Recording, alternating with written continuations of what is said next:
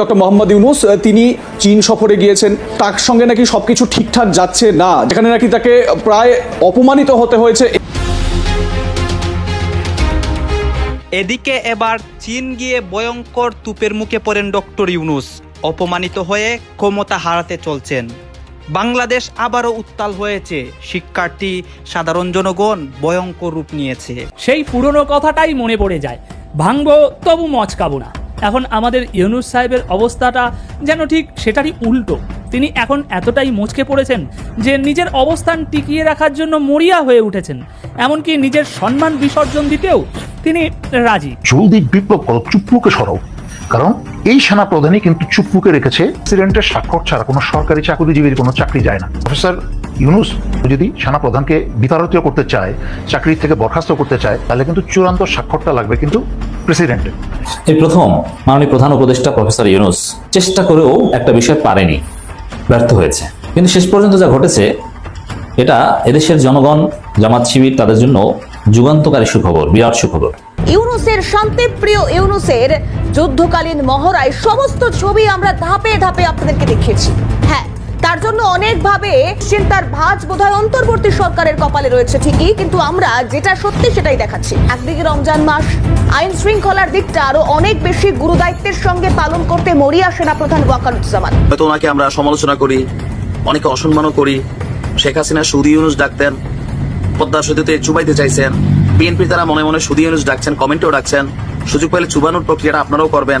মানে অন্তরাত্মার একটা ভেতরের কথা আমার ধারণা এরকম, যে পরিস্থিতিটা। ডক্টর ইউনুস সরকার চীন সফরে গেছেন, কিন্তু সেখান থেকে আসলো একটি দুঃসংবাদ। জানা যায় চীন সরকার ডক্টর ইউনুসকে পদত্যাগ দাবি করে এবং শেখ হাসিনাকে ক্ষমতা ফিরিয়ে দেওয়ার কথা বলে। এইবার এই বিষয় নিয়ে আমরা পর্যালোচনা এবং তদন্ত করে বেশ কয়েকটি খুবই গুরুত্বপূর্ণ তথ্য এবং ভিডিও ফুটেজ পাই, যা আজকের ভিডিওতে সেগুলোই এক এক করে ধারাবাহিক তুলে ধরা হবে। যদিও আজকের ভিডিওটা কিছুটা লং হতে পারে, তবে আজকের ভিডিওতে জানতে পারবেন ডক্টর ইউনুস সরকারের চীন সফর নিয়ে এমন কিছু অজানা গোপন তথ্য, যা জানলে আপনিও ইতিমধ্যে অবাক হতে বাধ্য। সেই সাথে আরো জানতে পারবেন বর্তমান বাংলাদেশের রাজনীতির প্রেক্ষাপট আসলে কোন দিকে যাচ্ছে। বন্ধুরা চলুন ভিডিওতে আজকে আর বেশি কথা বাড়াবো না, সরাসরি আজকে আমরা চলে যাব মূল ভিডিওতে। মহলে ডক্টর ইউনুসের মান সম্মান মর্যাদাটা কোন লেভেলের, এটার একটা দৃশ্যপট আমরা দেখলাম চীনে। স্ক্রিনের এক অংশে যে দৃশ্য দেখতে পাচ্ছেন, শুধু ভারত কেন জানি ডক্টর ইউনুসের পাত্তা দেয় না। আমাদের প্রেস সচিব, আমার কাছে মনে হয় একটু চিকেন ব্রেন টাইপের ওনার শফিক সাহেব, তিনি আপনার একটা বক্তব্য দিলেন যে চীনে যাওয়ার আগে ভারত সফরে যাওয়ার চেষ্টা করছিলেন ডক্টর ইউনুস, ভারতের থেকে সাড়া মেলে নাই। এই বক্তব্যটা এখন দেওয়া দরকার ছিল। এটাকে ওজন বাড়াইলো নাকি কমাইলো, ভারত পাত্তা দিচ্ছেন, এটা সত্য। কয়েক দফা বৈঠকের চেষ্টা করছে, বাট চীন তাদের ভূ রাজনৈতিক স্বার্থে হোক, ডক্টর ইউনুসের যেই ফিগার, ক্যারিয়ার, সেইটার কারণে হোক, এক বিরল সম্মাননা আমরা দেখলাম যে চীন তাকে দিচ্ছে। গতকালকে বিকাল 4:15 চীনের হাইয়ান বিমানবন্দরে তিনি পৌঁছান। তো সেখানে আমাদের প্রধান উপদেষ্টাকে স্বাগত জানিয়েছেন চীনে নিযুক্ত বাংলাদেশের যেই রাষ্ট্রদূত আছেন নাজমুল ইসলাম, এবং হাইয়ান প্রদেশ যেখানে তিনি গিয়েছেন চীনের, সেই প্রদেশের ভাইস গভর্নর কিউন গাই বো। 26শে মার্চ থেকে আগামী 29শে মার্চ তিনি আপনার চীন সফর করবেন। তো আমরা যদি দেখি, তো প্লেন থেকে গতকালকে নামার পরেই তাকে লাল গালিচা সংবর্ধনা দেওয়া হয়েছে, এবং কি ওই প্রদেশের খুবই গুরুত্বপূর্ণ ব্যক্তিরা তাকে রিসিভ করার জন্য সেখানে গিয়েছিলেন। একটা ভিন্ন রকম জাঁকজমকপূর্ণ, ভাল লাগছে দৃশ্যটা দেখে। তো তিনি এই সফরে আসলে কি কি করবেন, আজকে হাইনান প্রদেশে আয়োজিত বোয়াম ফোরাম ফর এশিয়ার একটা সম্মেলন আছে, সেখানে তিনি যোগ দিবেন। আর সম্মেলনের উদ্বোধনী প্লেনারি সেশনে বক্তব্য দিবেন তিনি। এছাড়া প্রধান উপদেষ্টার সাথে চীনের state councillor executive vice premier Ding জুজিয়াং এর একটা বৈঠকও হবে। আগামীকালকে গ্রেট হল অব দ্য পিপল, সেখানে চীনের প্রেসিডেন্ট শি জিনপিং এর সঙ্গে বৈঠকে বসবেন ডক্টর ইউনুস। একই দিনে হুয়াওয়ে কোম্পানির উচ্চ প্রযুক্তি সম্পন্ন এন্টারপ্রাইজ যেটা আছে, এটা পরিদর্শন করবেন। এর পরের দিন 29শে মার্চ চীনের বিখ্যাত পিকিং ইউনিভার্সিটি তাকে সম্মানসূচক ডক্টরেট ডিগ্রি প্রদান করবে, এবং সেখানে তিনি বক্তব্য রাখবেন। এরপরে বেজিং থেকে দিন শেষে সম্ভবত রাতের দিকে চীনের একটি বিমানে ঢাকায় ফিরে আসবেন। তো এই সফরে 6 থেকে 8টি সমঝোতা স্মারক, তারপর হচ্ছে সামরিক চুক্তি, অনেক কিছুই আমরা যতদূর শুনছি আসতে পারে। পাশাপাশি বেশ কয়েকটি প্রকল্পের অর্থায়নের জন্য বাংলাদেশকে 1 থেকে 2 বিলিয়ন ডলার ঋণ সহায়তা দিতে পারে চীন।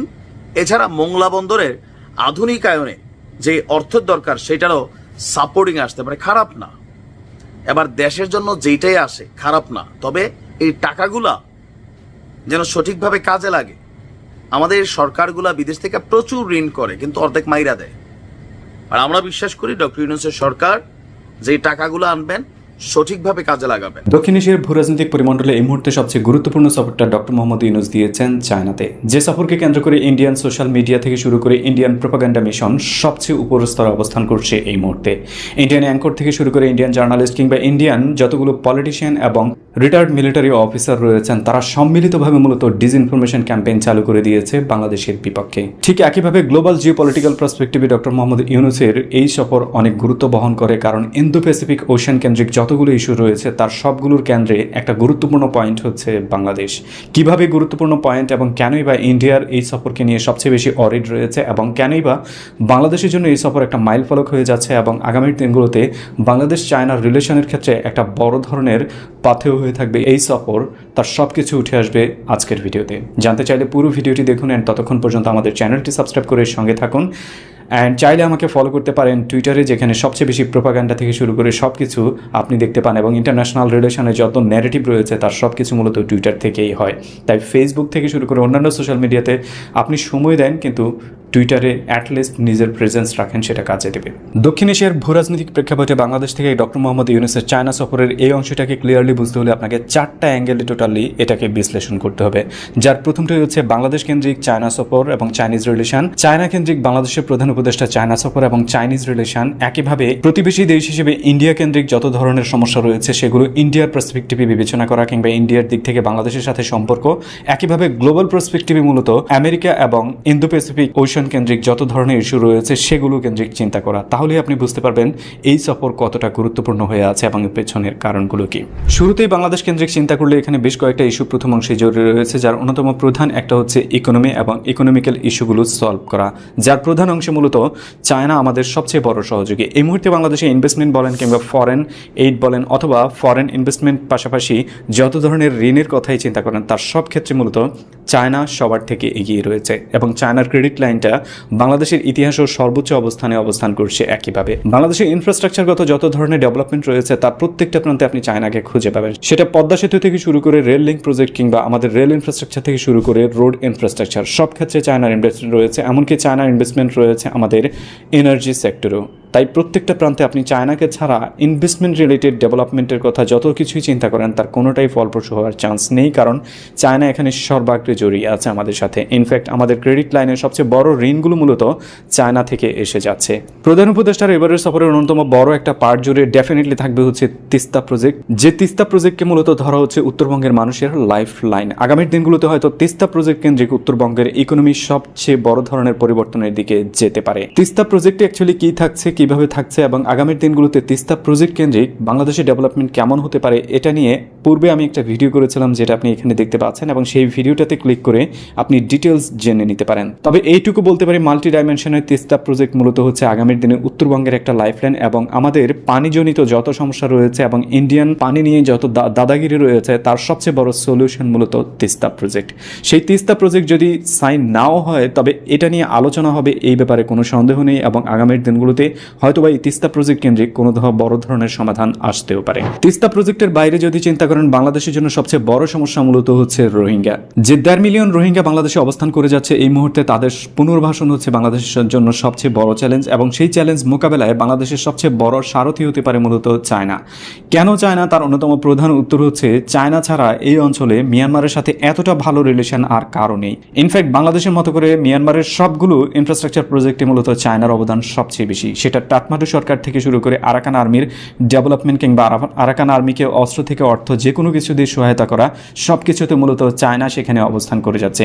মিয়ানমারে যতগুলো জান্তা গ্রুপ রয়েছে তার প্রত্যেকটার সাথে চায়নার সিরিয়াস আকারের সম্পর্ক রয়েছে এবং চায়না সেগুলোকে অর্থ অস্ত্র দিয়ে সহায়তা করে যাচ্ছে। হয়তো এই প্রশ্ন করতে পারেন এই ডাবল স্ট্যান্ডার্ড গেম চায়না কেন খেলে যাচ্ছে। এর অন্যতম প্রধান কারণ হচ্ছে জন্মলগ্ন থেকে মিয়ানমার মূলত একটা বড় ধরনের ক্রাইসিসে যাচ্ছে এবং সেই ক্রাইসিসটা এটাই মিন করে যাচ্ছে আগামীর দিনগুলোতে হয়তো মিয়ানমার একক রাষ্ট্র হিসেবে টিকে নাও থাকতে পারে। তাই চায়না মূলত সবার সাথে একটা ভালো সম্পর্ক বজায় রাখার চেষ্টা করে যাচ্ছে, যাতে আগামীর দিনগুলোতে কোনো ধরনের শাসন পরিবর্তন হলেও চায়নার সাথে যেন তাদের সম্পর্ক ভালো থাকে। তাই চায়না সব ঝুড়িতে মূলত ডিম রেখে যাচ্ছে এবং সেই ডিমগুলোকে আগামীর দিনগুলোতে সে ব্যবহার করবে। এবং এই পার্সপেক্টিভে শুধুমাত্র আগামীর দিনগুলোতে যদি আরাকান আর্মির নেতৃত্বে রাখাইন স্বাধীন হয়ে যায় এবং রাখাইন অঞ্চল একটা দেশ হিসেবে গঠিত হয়, তাহলে মিয়ানমারের সাথে চায়নার সম্পর্কটা কোনো অংশে খারাপ হওয়ার চান্স নেই, বরং ভালো অবস্থানেই থাকবে। এবং এটাই মিন করে যে আগামীর দিনগুলোতে রোহিঙ্গা সলিউশনের সবচেয়ে বড় অংশ জুড়ে সবচেয়ে বড় অবদান রাখতে পারে মূলত চায়না। তিস্তা প্রজেক্ট এবং রোহিঙ্গা কেন্দ্রিক সলিউশনের বাইরে আমাদের জন্য আরো বড় দুটো সলিউশন এখানে আসতে পারে, যার অন্যতম প্রধানটা হচ্ছে জুলাই আপরাইজিং পরবর্তী সময়ে বাংলাদেশের জন্য সবচেয়ে বড় চ্যালেঞ্জ আকার দাঁড়িয়েছে মূলত ফরেন কান্ট্রিগুলোতে বাংলাদেশ সাধারণ মানুষের চিকিৎসা সেবা এবং চিকিৎসা সেবা নিতে গিয়ে মূলত ইন্ডিয়ার কাছ থেকে ভিসা না পাওয়া। যে সলিউশনের জন্য আগে থেকে অনেক ধরনের ইনিশিয়েটিভ নেওয়া হয়েছে এবং কুনমিংয়ে দুটি হাসপাতালকে মূলত স্পেশালাইজড করে দেওয়া হয়েছে বাংলাদেশিদের জন্য। বাংলাদেশের হেলথ কেয়ার ইন্ডাস্ট্রি নিয়ে চায়নার আগ্রহ অনেক আগে থেকে। সেই 2015 সালে বাংলাদেশকে চায়না প্রস্তাব দিয়েছিল বাংলাদেশের হেলথ কেয়ার ইন্ডাস্ট্রিতে তারা বড় আকারে ইনভেস্ট করতে চায় অন্তত 5 থেকে 7 বিলিয়ন ডলারের মতো, যেখানে তারা স্পেশালাইজড হাসপাতাল তৈরি করবে, বিভিন্ন ধরনের সিটি ডেভেলপমেন্ট করবে, এই ধরনের অনেক কিছু করার প্ল্যান তাদের হাতে ছিল। কিন্তু যে প্রস্তাব চায়না দিয়েছে সেই প্রস্তাব ডিনাই করে দিয়েছে বাংলাদেশের ইতিহাসের সবচেয়ে বড় ফেসিস্ট শেখ হাসিনা।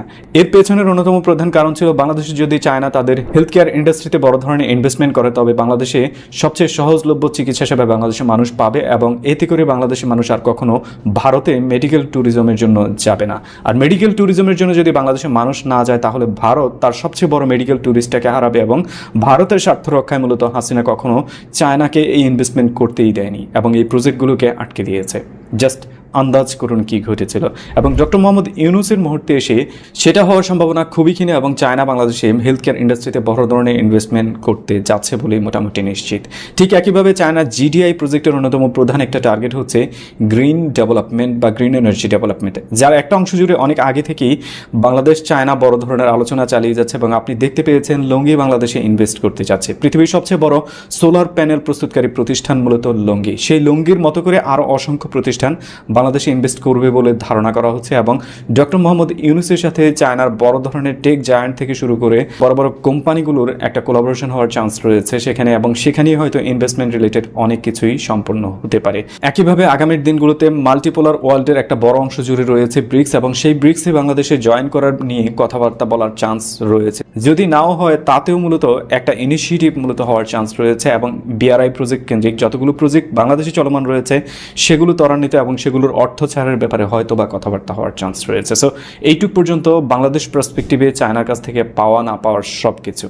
এতক্ষণ যেমনটা বলেছিলাম বাংলাদেশ চায়নার কাছে কি চাইতে পারে, ঠিক একইভাবে চায়নাও বাংলাদেশের কাছে কি চাইতে পারে তার একটা বড় লিস্ট রয়েছে। শুধু এমনটা নয় ব্যাপারটা যে বাংলাদেশ চেয়ে যাবে চায়না দিয়ে যাবে, ব্যাপারটা এমন বাংলাদেশও চায়নাকে দেওয়ার মতো অনেক বড় কিছু রয়েছে, যার অন্যতম প্রধানটা জুড়ে রয়েছে মূলত তাইওয়ান। এক চায়না নীতিতে বাংলাদেশ তাদের ফরেন পলিসি পাবলিশ করা, যার মানে হচ্ছে তাইওয়ানকে চায়নার অবিচ্ছেদ্য অংশ হিসেবে স্বীকার করে নেওয়া এবং এক দেশ হিসেবে তাদেরকে স্বীকৃতি দেওয়া। যদিও 2005 সাল পূর্ববর্তী সময় পর্যন্ত বাংলাদেশের অবস্থান এটাই ছিল, বাংলাদেশ এক চায়না নীতিতে বিশ্বাস করত। কিন্তু খালেদা জিয়া সরকার 2000 পরবর্তী সময়ে ক্ষমতায় আসার পর এক চায়না নীতি বাদ দিয়ে বরং তাইওয়ানকে আলাদা রাষ্ট্র হিসেবে স্বীকৃতি দিয়েছিল এবং এটাই বাংলাদেশের জন্য বিপজ্জনক অবস্থান তৈরি করেছে। এবং চায়না খুব বেশি করে চাইবে যে পুরনো নীতিতে যেন বাংলাদেশ ফিরে যায় এবং এক চায়না নীতিতে বিশ্বাস করে। ইনফ্যাক্ট যদি আপনি ওয়ার্ল্ড স্ট্যাটিস ফলো করেন তাহলে আপনি খুঁজে পাবেন এক চায়না নীতিতেই পৃথিবীর সবচেয়ে বেশি অংশের দেশ এখনও তাদের ফরেন পলিসি জারি রেখেছে, যেখানে বাংলাদেশ শুধুমাত্র ইন্ডিয়া আমেরিকার প্ররোচনায় পড়ে এক চায়না নীতির থেকে বেরিয়ে মূলত তাইওয়ানকে আলাদা রাষ্ট্র হিসেবে স্বীকৃতি দিয়েছিল। এক চায়না নীতির আরেকটা বড় অংশ জুড়ে রয়েছে মূলত সাউথ তিব্বত, যার মানে হচ্ছে আজকের দিনের ইন্ডিয়ান অরুণাচল প্রদেশ। যে অরুণাচল প্রদেশ মূলত হিস্ট্রিক্যালি চায়নার পার্ট ছিল, যে অরুণাচল প্রদেশকে ব্রিটিশরা মূলত চায়নার কাছ থেকে দখল করে নিয়েছে এবং আজকের দিনে এটা ইন্ডিয়ার অরুণাচল প্রদেশ হিসেবে স্বীকৃতি অবস্থানে দাঁড়িয়ে আছে। কিন্তু বাস্তবতা হচ্ছে অরুণাচল প্রজেক্ট কখনোই ইন্ডিয়ার ছিল না, বরং এটা অলওয়েজ ছিল মূলত একটা চায়না ইন্টিগ্রাল পার্ট এবং এটাকে বলা হতো চায়নার ভাষায় সাউথ তিব্বত। সাউথ তিব্বতের আরেকটা বড় অংশ মূলত হচ্ছে সিকিম, যে সিকিম একসময় চায়নার অংশ ছিল ঠিক একইভাবে অরুণাচলের মতো করে চায়নার কাছ থেকে সিকিমকেও মূলত চিনিয়ে নেওয়া হয়েছে এবং ধারণা করা হচ্ছে চায়না বাংলাদেশের কাছে মূলত অরুণাচল প্রজেক্ট এবং সিকিমকে তাদের ইন্টিগ্রাল পার্ট হিসেবে স্বীকার করে ফরেন পলিসি আপডেট করার জন্য অনুরোধ করতে পারে। ইনফ্যাক্ট চায়না অলরেডি তাদের একটা আর্জি জানিয়েছে বাংলাদেশের পাঠ্যপুস্তকগুলোতে যেন অরুণাচল প্রদেশকে ইন্ডিয়ার পার্ট হিসেবে দেখানো না হয়। সো এটা বোঝাই যাচ্ছে যে চায়না আসলে কি চাইতে পারে। বাংলাদেশের জন্য এই পার্টটুকু আপডেট করা একটু কঠিন হতে পারে, কিন্তু তাইওয়ানের ব্যাপারে আপডেট করাটা খুব সহজ এবং বাংলাদেশ চাইলেই সেটা করতে পারে। চায়নার কাছ থেকে বাংলাদেশ যত কিছুই চাক না কেন, চায়না তার থার্ড পার্টি জুড়ে সবচেয়ে বড় অংশ জুড়ে রাখবে মূলত ইন্দো প্যাসিফিক পলিসি। কোয়াডের মতো একটা সিরিয়াস গ্রুপে বাংলাদেশ যেন কখনো জয়েন না করে এবং নন অ্যালাইনমেন্ট পজিশন বজায় রাখে। নন অ্যালাইনমেন্ট পজিশন যদি বজায় রাখে বাংলাদেশের জন্য এটুকুই এনাফ এবং এতেই চায়না মূলত ইনডিরেক্টলি তার সুবিধা আদায় করে নিতে পারবে। যদি কোয়াডের মতো মিলিটারি গ্রুপে বাংলাদেশ জয়েন করে ফেলে তবে বাংলাদেশের সাথে চায়না সম্পর্ক ভালো হওয়ার চান্স তো নেই, বরং আরো বেশি খারাপ হওয়ার চান্স রয়েছে। এবং ইন্দো প্যাসিফিক রিজনে চায়নাকে মূলত চেপে ধরার জন্যই তৈরি করা হয়েছে কোয়াড, যার অন্যতম বড় সদস্যগুলো হচ্ছে এই রিজনে ইন্ডিয়া, জাপান, ফিলিপিন এবং অস্ট্রেলিয়া, যার আলটিমেট মিনিংস হচ্ছে এই অঞ্চলে চায়নার ঘাড় চেপে ধরা, যেমনটা রাশিয়ার ঘাড় চেপে ধরেছিল মূলত ন্যাটো তৈরি করে। সেই ন্যাটোর মতো করে তারা কোয়াড তৈরি করতে চাচ্ছে ইন্দো প্যাসিফিক রিজনে। এবং কোয়াডের কারণে আমাদের কি পরিস্থিতির সম্মুখীন হতে পারে সেটা আজকের দিনের ইউক্রেনকে দেখলে আপনি ক্লিয়ারলি বুঝতে পারেন। সো নন অ্যালাইনমেন্ট মুভমেন্ট এখানে আমাদের জন্য সবচেয়ে ইম্পর্টেন্ট এবং চায়না এটার জন্য বাংলাদেশের কাছে একটা আর্জি তুলতে পারে এবং সেটা ক্লিয়ার কয়েকটা ইন্ডিকেশন রয়েছে। বাংলাদেশের কাছ থেকে চায়না চাওয়া পাওয়ার তালিকায় অন্যতম বড় একটা পার্ট জুড়ে থাকবে মূলত ইন্ডিয়ান হেজমনি যত দ্রুত সম্ভব এখান থেকে আরো কমিয়ে দেওয়া এবং তিস্তা প্রজেক্টের দ্রুত তাদেরকে ইনভলভ করে নেওয়া। ঠিক একইভাবে চাইনিজ একটা ডেডিকেটেড ইকোনমিক জোন তৈরি করার কথা হয়েছে। সেই ডেডিকেটেড ইকোনমিক জোনের কাজ যেন আরো দ্রুত সম্প্রসারণ করা যায় সেই দিকে নজর দেওয়া। স্পেশালি বাংলাদেশে কোরিয়ান ইকোনমিক জোন এবং জাপান ইকোনমিক জোন রয়েছে, কিন্তু চাইনিজ কোনো ইকোনমিক জোন এখনো তৈরি হয়নি এবং যদি সেটা তৈরি হয়ে যায় তবে চাইনিজ বেশ কিছু কোম্পানি বাংলাদেশে আগ্রহী হয়ে আসার সম্ভাবনা রয়েছে এবং সেটার জন্য চায়নার একটা চাওয়া থাকতে পারে। এবং অপরদিকে চায়নার বিআরআই এর আন্ডারে বেশ কিছু প্রজেক্ট বাংলাদেশ চলমান রয়েছে এবং চায়না চাইবে যে সেই প্রজেক্টগুলো যেন খুব দ্রুত সম্প্রসারণ করা হয়। সাথে আজকের দিনে যে স্টারলিংক বাংলাদেশে আসতে যাচ্ছে ঠিক একই ধরনের ব্যবসার পথে চায়নাও রয়েছে এবং চায়না সেই ব্যবসাগুলোর সুযোগ বাংলাদেশের কাছে চাইতে পারে এবং চাওয়ার সম্ভাবনাটাই সবচেয়ে হাই। সো ওভারঅল যদি চিন্তা করি তাহলে বাংলাদেশ এবং চায়নার ক্ষেত্রে মূলত সবচেয়ে বড় অংশ জুড়ে হচ্ছে দু দেশের যে দানাপানা রয়েছে সেই দানাপানার একটা বড় অংশ জুড়ে রোহিঙ্গা এবং তিস্তা, পাশাপাশি ইন্ডিয়ান হেজমনিকে এখান থেকে ধীরে ধীরে বিদায় জানানো। এটা যদি সম্পূর্ণ করা যায় তবে সবচেয়ে দ্রুততর সময়ে বাংলাদেশের সাথে চায়নার সম্পর্ক আরো বেশি জোরদার হওয়া সম্ভব হবে। এতক্ষণ যেগুলো বলেছি সেগুলো পুরোটাই ছিল মূলত বাংলাদেশ এবং চায়নার মধ্যে দানাপানা কি হতে পারে কি হতে না পারে, কিন্তু তার মধ্যে সবচেয়ে বড় অংশে জুড়ে রয়েছে বেশ কিছু রিস্ক এবং সেই রিস্কগুলোর একটা একটা করে যদি চিন্তা করি তাহলে আমাদের দিক থেকে আমাদের জন্য সবচেয়ে বড় রিস্ক মূলত ইন্ডিয়ান হেজমনি। চায়নার সাথে যে কোনো প্রজেক্টই আপনি করতে চান সেখানে ইন্ডিয়া তার একটা ইন্টারফারেন্স তৈরি করবে এবং বাংলাদেশকে চাইবে যে চায়নার সাথে যেন কোনো কোলাবোরেশন আমরা না করি, কিন্তু সেই পার্টটা কোনোভাবেই সম্ভব নয়, বরং আরও বেশি সম্ভব চায়নার সাথে আমাদের কোলাবোরেশন বাড়িয়ে তোলা। উদাহরণস্বরূপ তিস্তা প্রজেক্টের কথাই চিন্তা করেন। তিস্তা প্রজেক্টের সাথে জড়িয়ে আছে ইন্ডিয়ান চিকেন নেক এবং চিকেন নেক থেকে মূলত শিলিগুড়ি করিডোর সামান্য কিছু এরিয়া জুড়ে মাত্র 35 কিলোমিটার দূরত্বে রয়েছে। 35 থেকে 37 কিলোমিটার দূরত্বে এমন একটা জায়গায় যখন বাংলাদেশের সাথে চায়নার একটা বিশাল প্রজেক্ট হবে, যেই প্রজেক্ট অন্তত কয়েক বছর ধরে চলমান থাকবে, সেই প্রজেক্ট নেওয়ার পর চায়না এখানে কি কি করতে পারে এটা ইন্ডিয়া খুব ভালো করে জানে এবং ইন্ডিয়ার জন্য এটা একটা বিশাল একটা ধাক্কা হিসেবে দাঁড়াবে এবং ইন্ডিয়া চায় না সেই ধাক্কাটা তারা হজম করুক। আর সেই জন্যই তারা অনেক আগে থেকে বাংলাদেশের উপর বিভিন্ন ধরনের প্রোপাগান্ডা মিশন চালিয়ে যাচ্ছে, যার অন্যতম একটা হচ্ছে চাইনিজ ডেপ ট্র্যাপ। কিন্তু চাইনিজ ডেপ ট্র্যাপ বলে কোনো কিছু নেই, মূলত চায়নার ডেপ ট্র্যাপ বলে যত কিছু আছে তার পুরোটাই আপনি খুঁজে পাবেন ইন্ডিয়ান, আমেরিকান, ইউরোপিয়ানের প্রোপাগান্ডা। এর বাইরে কোনো কিছুই নেই, বরং চাইনিজ ডেপ ট্র্যাপ বাদ দিয়ে যদি চাইনিজ ইনভেস্টমেন্টের কথা চিন্তা করেন তাহলে সবচেয়ে বেশি অংশের দেশ মূলত দারিদ্র্য মুক্তির দিক থেকে এগিয়ে গিয়েছে। সেটা আফ্রিকার দিকে তাকালে আপনি ক্লিয়ারলি বুঝতে পাবেন। একইভাবে রোহিঙ্গা প্রজেক্ট কেন্দ্রিক যত ধরনের বাধা তৈরি হওয়ার সম্ভাবনা রয়েছে তার পুরোটাই মূলত ইন্ডিয়া কেন্দ্রিক এবং আমেরিকা কেন্দ্রিক। এখানে আরাকান যদি কোনো রাষ্ট্রে প্রতিষ্ঠিত হতে চায় তাহলে সবচেয়ে বেশি ক্ষতির মুখে পড়বে মূলত ইন্ডিয়া, কারণ ইন্ডিয়ার সাথে এই অঞ্চলে সবগুলো দেশেরই একটা বৈরী সম্পর্ক রয়েছে এবং সিতুইকেন্দ্রিক ইন্ডিয়ার যে কালাধান প্রজেক্ট রয়েছে সেটা রীতিমতো ডুবতে বসেছে আরাকান আর্মির এই দখলদারিত্বের কারণে। কিন্তু আরাকান আর্মির সাথে চায়নার ভালো সম্পর্ক থাকার কারণে চায়না সেখান থেকে সুবিধা আদায় করতে খুব বেশি সময় লাগবে না এবং এটাই বড় ধরনের বাধা তৈরি হতে পারে যে আরাকান আর্মি কেন্দ্রিক যত ধরনের ঝামেলা আছে সেটা ইন্ডিয়া ভুগতে যাবে এবং ইন্ডিয়া চাইবে যে রোহিঙ্গা ক্রাইসিস যেন কোনোভাবেই শেষ না হয়, কারণ সে এখানে কোনো নতুন প্রতিবেশী দেখতে চায় না। একইভাবে দেখতে চায় না বাংলাদেশের বড় একটা সমস্যা রোহিঙ্গা সেটা সমাধান সমাধান হয়ে যাক এবং রিজনাল স্টেবিলিটি তৈরি হোক, এটা ইন্ডিয়া কোনোভাবেই চায় না। বর্তমান যে প্রেক্ষাপট রয়েছে এই প্রেক্ষাপটে দাঁড়িয়ে বাংলাদেশ কোনোভাবেই অরুণাচল কিংবা সিকিমকে চায়নার পার্ট হিসেবে স্বীকার করে নেওয়ার কোনো অবস্থান নেই। যদি নেওয়া হয় তবে এটার জন্য বাংলাদেশের জন্য বিপদ অনেকগুলো হতে পারে এবং ইন্ডিয়া বেশ কিছু অপশন চালু রেখেছে যেগুলোর জন্য বাংলাদেশের উপর তারা বড় ধরনের আক্রমণ চালাতে পারে। যার অন্যতম বড় একটা আক্রমণ হতে পারে ইনফরমেশন ওয়ার, যেটা নিয়ে অলরেডি ডিসইনফরমেশন ক্যাম্পেইন চালানো হচ্ছে।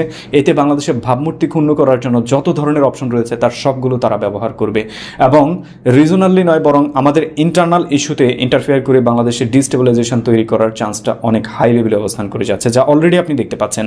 এবং অরুণাচলকে এই মুহূর্তে চায়নার পার্ট হিসেবে স্বীকার করাটা বাংলাদেশের জন্য বিপজ্জনক হতে পারে, যেটা চায়নাও ডেফিনেটলি বুঝছে।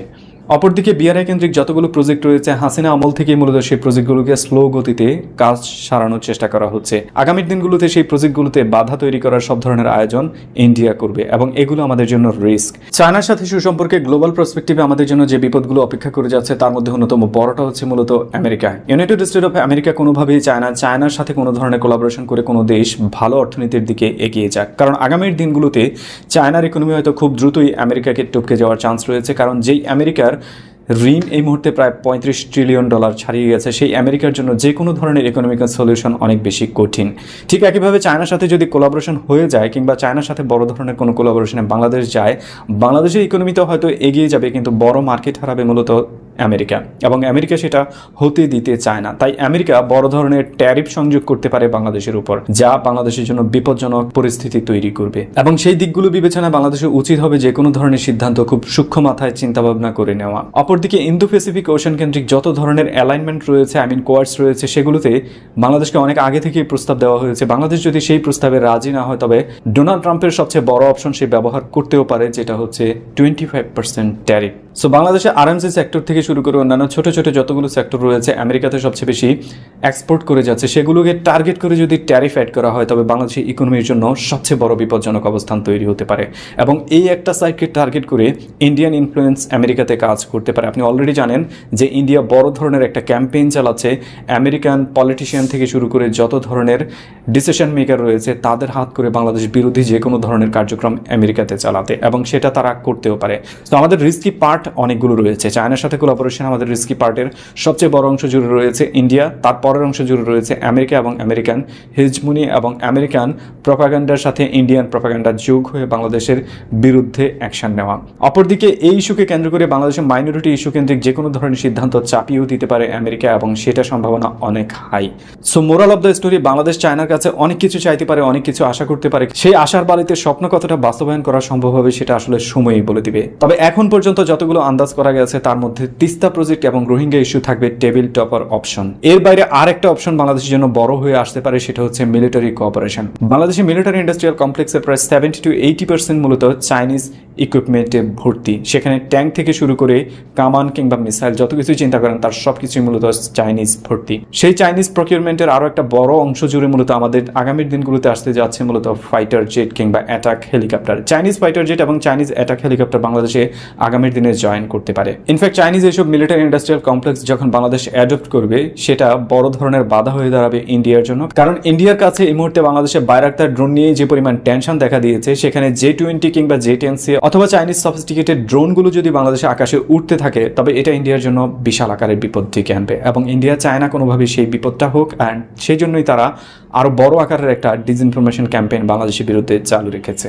তো মোরাল অফ দ্য স্টোরি হচ্ছে চায়নার কাছে বাংলাদেশ যতটা গুরুত্বপূর্ণ ঠিক বাংলাদেশের কাছেও চায়না ততটাই গুরুত্বপূর্ণ এবং আমাদের দুটো দেশের এবং বাংলাদেশের সভরেনিটি রক্ষার জন্য আগামীর দিনগুলোতে যদি কোনো দেশকে আমাদের প্রয়োজন হয় সবচেয়ে বেশি অংশে, তবে সেটা চায়নাকে আমাদের সবচেয়ে বেশি অংশে প্রয়োজন হবে। এবং বাংলাদেশ কোনোদিনও ভারতের শত্রু ছিল না, কিন্তু ভারত বাংলাদেশকে শত্রু হিসেবে পরিণত করেছে গত জুলাই রেভলিউশনের পর।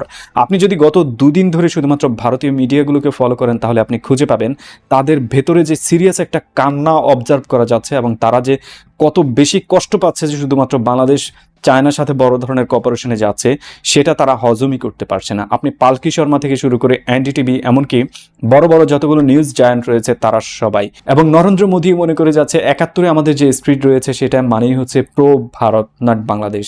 প্রো ভারত বলতে আমাদের কোনো কিছু নেই, বরং প্রো বাংলাদেশ বলতে যত কিছু রয়েছে তাই মূলত আমরা পালন করে যাচ্ছি। সো ইকুয়াল ইম্পর্টেন্সের দিকে যদি তাকান, সিকিম এবং অরুণাচল কেন্দ্রিক যত ধরনের ইস্যু রয়েছে সেগুলোতে আগামী দিনগুলোতে বাংলাদেশকে তাদের সবচেয়ে বেশি প্রয়োজন হবে। একইভাবে ইন্দো প্যাসিফিক রিজনে যদি স্টেবিলিটি বজায় রাখতে চায় এবং চায়না নিজের অবস্থান ধরে রাখতে চায়, তাদের কাছে বাংলাদেশের প্রয়োজন অনেক বেশি। আসসালামু আলাইকুম, আমার চ্যানেলে আপনাদের সকলকে স্বাগত। বাংলাদেশ আওয়ামী লীগের কেন্দ্রীয় নেতাকর্মীদের বিশাল একটি বৈঠক হয়েছে কলকাতার মধ্যে, এবং সেই বৈঠকের নেতৃত্ব দিয়েছে শেখ হাসিনার সাবেক প্রোটোকল অফিসার আলাউদ্দিন নাসিম। তিনি একটি ইফতার মাহফিলের আয়োজন করেন, সেখানে অনেক এমপি, মন্ত্রী এবং আওয়ামী লীগের কেন্দ্রীয় নেতারা উপস্থিত হন। এই বিষয়টাকে কেন্দ্র করে বাংলাদেশের মিডিয়া প্রোপাগান্ডা ছড়ানো শুরু করে দিয়েছে। কি কি প্রোপাগান্ডা ছড়াচ্ছে? তারা বলতে যাচ্ছে ঈদের টাইমে ঢাকা শহরের মধ্যে ফাঁকা জায়গা থাকে, সে কারণে আওয়ামী লীগ ঢাকার রাজপথ দখল করবে এবং ভাড়াটে কিছু সন্ত্রাসীদেরকে দিয়ে ঢাকার মধ্যে লুটপাট, চাঁদাবাজি এইসব কিছু করাবে এবং ঢাকার রাজপথ তারা দখলে নিবে এবং বিভিন্ন আগ্নেয়াস্ত্র প্রস্তুত রেখেছে তারা। এইগুলা প্রোপাগান্ডা ছড়ানোর মেইন কারণটা কি, মেইন রিজন কি? এটার মেইন রিজন হচ্ছে এখন তো সারা বাংলাদেশে লুটপাট, রাহাজানি, ঢাকায় খুন, ধর্ষণ সকল কিছু বেড়ে গিয়েছে। এখন এইসব কিছু তো কন্ট্রোল করতে পারতেছে না। এখন এইসব কিছু দায়ভার যদি আওয়ামী লীগকে দেওয়া যায়, তাহলে আওয়ামী লীগের আরো ইমেজ ক্ষুণ্ণ হবে। এখন সবচেয়ে ভালো সুযোগ হচ্ছে ঈদের টাইম। ঈদের টাইমে ঢাকা খালি থাকলে ঢাকার মধ্যে ডাকাতি হবে, খুন হবে, চাঁদাবাজি হবে। প্রত্যেক ঈদে হয়, এই ঈদে আরো অনেক ডাবল হবে, কারণ এই সরকারের কোনো আইন শৃঙ্খলা বাহিনী স্ট্রং না। তো এইগুলা থেকে দায়সারা পাওয়ার জন্য সরকার কি করবে? বলবে যে আমরা যে নিউজ হয়েছে আপনারা দেখেছেন, আওয়ামী লীগ বৈঠক করেছে কলকাতায়, এই সকল কিছু আওয়ামী লীগের ইন্ধন হচ্ছে, সকল কিছু আওয়ামী লীগ করাচ্ছে। তখন সুন্দরভাবে সম্পূর্ণ দোষটা আওয়ামী লীগের উপর চাপিয়ে দিতে পারবে। সেই কারণে বাংলাদেশের যে কথিত দালাল ইউনুসের মিডিয়া আছে, তারা এখন কালকে থেকেই প্রচার প্রচারণা এসব শুরু করে দিয়েছে। কি করতেছে প্রচার প্রচারণা? আওয়ামী লীগের বৈঠক হয়েছে, আওয়ামী লীগ সন্ত্রাসী আক্রমণ করবে ঢাকার মধ্যে এবং ঢাকার মধ্যে রাজপথ দখলের জন্য আগ্নেয়াস্ত্র ব্যবহার করবে, বিভিন্ন টোকাইদেরকে ভাড়া করা হচ্ছে, টাকা ফান্ডিং করা হচ্ছে। আমার কথা হচ্ছে, বাংলাদেশের মানুষ এখন আর বোকা নেই। আপনাদের এসব নিউজের কারণে আপনাদের মাইন্ডে কি চলতেছে, কি প্ল্যানিং করে রেখেছেন? আমার মতো একজন 30-31 বছরের যুবক যদি আপনাদের এইসব চালাকি ধরতে পারে, বাংলাদেশে আরো অনেক বিজ্ঞ এবং ট্যালেন্টেড মানুষ আছে। আপনাদের এইসব চালাকি এবং টেকনিক্যাল কথাবার্তা সকলে বুঝতে পারে। আপনারা ঢাকার মানুষকে নিরাপত্তা দিতে পারবেন না। ঢাকাতে আগামভাবে বুঝতে পারতেছেন ডাকাতি হবে, খুন হবে, ধর্ষণ হবে, চাঁদাবাজি হবে। তো আপনারা সেটার ব্যবস্থা না নিয়ে, সেটার প্রস্তুতি প্রশাসনকে নিতে না বলে, সরকারকে না বলে, আপনারা আওয়ামী লীগের উপর দোষ চাপানোর জন্য মিডিয়া হাইপ ক্রিয়েট করতেছেন, মিডিয়ার মধ্যে প্রপাগান্ডা ছড়াচ্ছেন। এটা কিন্তু হিতে বিপরীত হয়ে যাবে। জনগণ কিন্তু ঠিকই বুঝতে পারবে যে আপনাদের গাফিলতির কারণে ঢাকার মধ্যে এই পরিস্থিতি ক্রিয়েট হয়েছে। ডিএমপির কমিশনার তিনি নিজেই বলতেছে যে আমরা ঢাকা শহরের মানুষকে নিরাপত্তা দেয়া সম্পূর্ণভাবে সকলকে স্বপ্ন সম্ভব না। আপনারা দেশে যাওয়ার আগে আপনারা বাসার মধ্যে আপনাদের নিজেদের নিরাপত্তা কনফার্ম করে তারপরে দেশে যাবেন। তো নিজেদের নিরাপত্তা যদি নিজেরাই কনফার্ম করে দেশে যাইতে হয়, তাহলে ওনাদের কাজটা কি? আর আমি যখন দেশে চলে যাব, আমার বাসায় কেউ থাকবে না, তো আমার বাসার নিরাপত্তা কে দেবে? আর নিরাপত্তা দেওয়ার জন্য যদি আমি বাসায় একজন লোক রেখে যাই, তাকে ডাকাতরা ঢুকে যদি মেরে ফেলে, সেটা নিরাপত্তা কে দিবে? সকল কিছু কিন্তু পুলিশের পেট্রোলিং টিম যারা আছে তারা তদারকি করতে হবে। প্রয়োজনে প্রত্যেকটা এরিয়াতে 5-6 জন করে পেট্রোলিং পুলিশের টিম করা হোক, শুধু ঈদ উপলক্ষে। কারণ ঈদের মধ্যে ঢাকা শহর ফুললি ফাঁকা থাকে এবং ঘর বাড়িতে মানুষ থাকে না, তখন ডাকাতরা খুব সুযোগ পায় ডাকাতি করার জন্য। আর এখন তো আরো খুব সুযোগ, ডাকাতরা তো হুমড়ি খেয়ে বসে আছে, খুব তাড়াতাড়ি ডাকাতি করে পয়সা হয়ে যেতে হবে। দেশের মধ্যে এখন কোনো আইন কানুন নাই, এখন কোনো স্ট্রংলি মামলা হবে না, আমরা খুব তাড়াতাড়ি পয়সা হয়ে যেতে পারবো। এই দেখেন ধানমন্ডি 8-এর মধ্যে গতকাল রাতেই 20-25 জন ভুয়া র্যাব পরিচয় দিয়ে পুরো ধানমন্ডির বাসার মধ্যে লুটপাট করে পালিয়ে যাওয়ার টাইমে 4 জন ধরা খায়, গণদোলাই দিয়ে পুলিশকে ধরিয়ে দেওয়া হয়। তিনি একজন স্বর্ণ ব্যবসায়ী ছিলেন, যার বাড়িতে লুটপাট করার জন্য যায়। শুধু তার ঘরে না, তার বাসার যত ভাড়াটিয়া আছে সকলের ঘরে কিন্তু লুটপাট ডাকাতি করার জন্য ঢুকে। তার মানে আগে থেকে সে জানে এখানে একজন স্বর্ণ ব্যবসায়ী আছে এবং স্বর্ণ ব্যবসায়ীকে নাকি আরো অনেক আগে থেকে হুমকি দিচ্ছে। তো এই যদি অবস্থা হয় বাংলাদেশের, তাহলে সকল দোষ আওয়ামী লীগকে দিয়ে আপনারা দায়সারা হতে পারবেন? 25 জন যে ভুয়ো র‍্যাব পরিচয় ডাকাতি করতে গেলে এগুলো কি আওয়ামী লীগ ঘটিয়েছে? মিডিয়া হচ্ছে দেশ ধ্বংসের মূল কারিগর। এই মিডিয়া যে সরকার আসে তার দালালি করে। আগে 16 বছর আওয়ামী লীগ সরকার ছিল, তাদের দালালি করেছে, বাংলাদেশটা ধ্বংস করে দিয়েছে। আর যতটুকু আছে বাংলাদেশ এখন ডক্টর ইউনূস দালালি করে আরো ধ্বংস করে দিচ্ছে। মিডিয়া হচ্ছে একটা সার্বভৌমত্ব দেশের একটা স্তম্ভ। মিডিয়া যদি সঠিক তথ্য প্রচার না করে প্রপাগান্ডা প্রচার করে, আপনি কাকে বিশ্বাস করবেন? আমরা মিডিয়া উপর বিশ্বাস করে থাকি, মিডিয়া সঠিক সংবাদ প্রচার করবে, আমরা এটা দেখে জন কেয়ারফুলি হব। মিডিয়া আমাদের সাধারণ জনগণকে সতর্ক করছে না, সরকারকে প্রেসার ক্রিয়েট করছে না, প্রশাসনকে অ্যাক্টিভ থাকতে বলছে না। ঈদের টাইমে তারা কি করতেছে? আগাভাগে একটা পরিস্থিতি ক্রিয়েট করতেছে আওয়ামী লীগকে কালার করার জন্য। আওয়ামী লীগ বৈঠক বসেছে, আওয়ামী লীগ প্ল্যান করতেছে ঢাকা শহর অস্থিতিশীল করবে, আওয়ামী লীগ ঢাকা শহর আগ্নেয়াস্ত্র নিয়ে আসবে। এটা বলার মানেটা হচ্ছে ঢাকা শহরের মধ্যে ডাকাতি করতে গিয়ে গুলি টুলি করে বা কুবিয়ে মানুষ মেরে ফেলে, তখন এই সকল দায়ভার তো সরকার বলবে দেখেছেন মিডিয়া তো বলেছিল 1 সপ্তাহ আগে সকলকে অ্যালার্ট করেছিল যে আওয়ামী লীগ এই সকল পরিকল্পনা করেছে, এই সকল পরিকল্পনা করে ডাকাতি করাবে, মানুষ মারবে, রাজপথ দখল করবে, আগ্নেয়াস্ত্র রেডি করেছে। মানে দেখেন প্ল্যাটফর্ম রেডি করতেছে চিত্রনাট্যটা তৈরি করার জন্য। তারা কি করছে? ফারুকীকে রেখেছে সাংস্কৃতিক উপদেষ্টা হিসেবে সকল স্ক্রিপ্টের জন্য। তার স্ক্রিপ্ট যে এত দুর্বল আমরা ধরে ফেলতে পারি। তো এত নাইস স্ক্রিপ্ট আমরা বাঙালিরা খাই না। এখন বাঙালিরা আপনাদের যেসব ষড়যন্ত্র করতেছেন দেশকে নিয়ে সকল কিছু বুঝতে পারতেছি। কথা বুঝুন নাই? এই বাটপার সার্জিস আলম বিগত 1-1.5 বছর আগে শেখ হাসিনা এবং বঙ্গবন্ধুকে নিয়ে কথা বলতে বলতে সুনাম করতে মুখে দিয়ে ফেনা বের করে ফেলতো। তার কিছুদিন 2-3 মাস পরে সে বিচ্ছুই করে মীর জাফরের মতো এবার শেখ হাসিনার বঙ্গবন্ধুর বদনাম করতে করতে মুখে ফেনা তুলে ফেলে। চেয়ারও একই রকম, কথার টোনও একই রকম, বয়স হয়তো 19-20 হয়েছে, সকল কিছুই সেম, জাস্ট তার মাইন্ড সেট এবং মুখের ভঙ্গি, কথা বলার ব্যক্তির পরিবর্তন হয়েছে। তার মানে তাদেরকে কিভাবে প্রিপেয়ার করেছে জামায়াত ইসলামী সিন্ডিকেট থেকে এটা দেখলেই বোঝা যায়। এই যে বি টিমটা আছে জাতীয় নাগরিক পার্টি, ডক্টর ইউনূস এবং জামাতের পরিকল্পিত বি টিম, এই বি টিমের মধ্যে সকলকে এইভাবে প্রিপেয়ার করেছে যে জায়গা বরাবর তারা মির্জাফরি কিভাবে করতে হয়। দেশকে অস্থিতিশীল আপনারা করতে পারবেন না।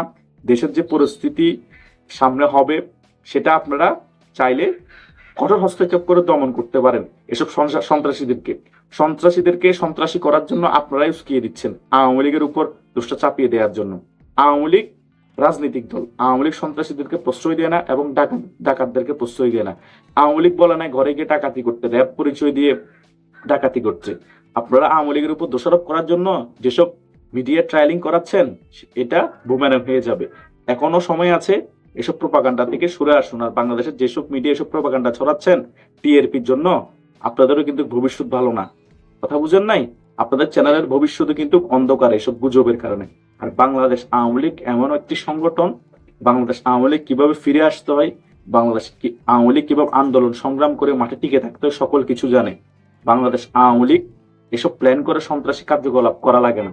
আর বাংলাদেশ আওয়ামী লীগ 10-15 জন 1-2 লাখ সমর্থকের দল না। বাংলাদেশ আওয়ামী লীগ কোটি সমর্থকের দল। বাংলাদেশ আওয়ামী লীগের এসব চোরাগুপ্তা হামলা করা লাগে না। বাংলাদেশ আওয়ামী লীগের এসব প্ল্যানিং করে কাজ করা লাগে না। বাংলাদেশ আওয়ামী লীগ সাংগঠনিক প্ল্যানিং করে রাজনীতিতে কিভাবে ফিরে আসা যায়, সাংগঠনিক কাজ করে রাজনীতিতে কিভাবে আগের মতো মাঠ দখল করা যায় সেই বিষয়ে কাজ করে। তাই বাংলাদেশ আওয়ামী লীগকে দাবিয়ে রাখতে পারবেন না। বাংলাদেশ আওয়ামী লীগ 100% ফিরে আসবে, সেটা লিখে রাখেন আজ বা কাল। তাই মিডিয়া ট্রায়াল এবং প্রোপাগান্ডা বন্ধ করুন, তা না হলে হিতে বিপরীত হয়ে যাবে। ধন্যবাদ প্রিয় দর্শকবৃন্দ, আমাদের ফুল ভিডিওটি দেখার জন্য আপনাকে জানাই অসংখ্য ধন্যবাদ। তো বন্ধুরা, এতক্ষণ আপনারা যে নিউজটি দেখলেন ডক্টর ইউনূস সরকার যে চীন সফরে গেছে এই বিষয় নিয়ে কিন্তু আপনারা বেশ কয়েকটি ভিডিও দেখতে পেয়েছেন।